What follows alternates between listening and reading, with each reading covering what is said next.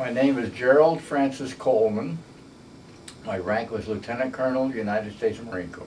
In World War II, when the Japanese hit Pearl Harbor, every kid my age, I was 17 at the time, was a senior in high school, we couldn't wait to get in the service. We talked about what branch are we going into, CVs, this B, that B, and so forth. And one day they called all the senior guys in school into the office, or rather the auditorium, and we said, what are we doing in here, you know? And all of a sudden, right behind us, and we didn't, walked in these two naval aviators whose wings were that big. And I said, that's for me. So I graduated from high school in June of '42, and I was going to go. I couldn't go. I was only 17. You had to be 18. So that's how I happened to play baseball that summer, because I wanted to kill the summer.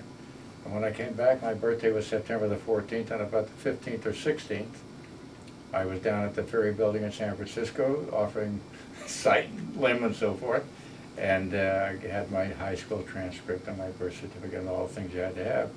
And that took about 5 weeks to get through. There was a line from the Ferry Building to Twin Peaks, which is about 4 miles long, to get into this branch of the service.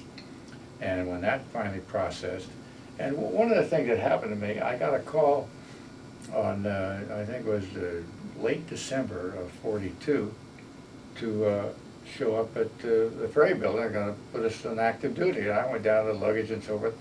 And when they got done, there might have been several hundred in there. There were 2 of us left. So they come back another date. So in February, they called me back, and I went in. I went to Alamosa, Colorado, and started my flying. Well, World War II service, a great deal of it, 1.5 years was training. I started in a place called Alamosa, Colorado, where I learned to fly a plane, an 80 horsepower single engine, a single wing plane.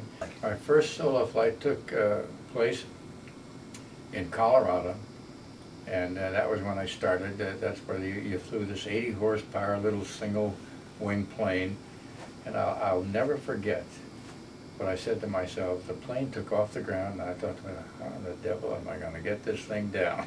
Because I never landed before. And that was, taking off was less of a problem than landing. Things are different. And I made it, and then the other thing I didn't like was inverted spins that they put you in the twin engine bi-wing plane that you took your secondary flying in. And you're hanging off the end of your seat belt. If that thing ever gave, you go flying out of the plane. And then there was a different from a normal spin, which was what brought you in. This took you out. And those are the things I never liked much. And of course, I never liked flying at night, because you don't know who's around you. In fact, one of the missions we had, we were in Florida, and we were practicing dive bombing at night, and all of a sudden we hear, break it up, break it up, break it up. There was another plane coming from the other direction. We're both going to the same target from opposite directions. And things like this happened because of the number of pilots that were training and the expediency to get things done. Things happened that shouldn't have happened, but because of the growth of the Air Force at that time, the Marine Air Force had just started, now they were getting bigger and bigger, you ran into different people, different places, so you had to be careful.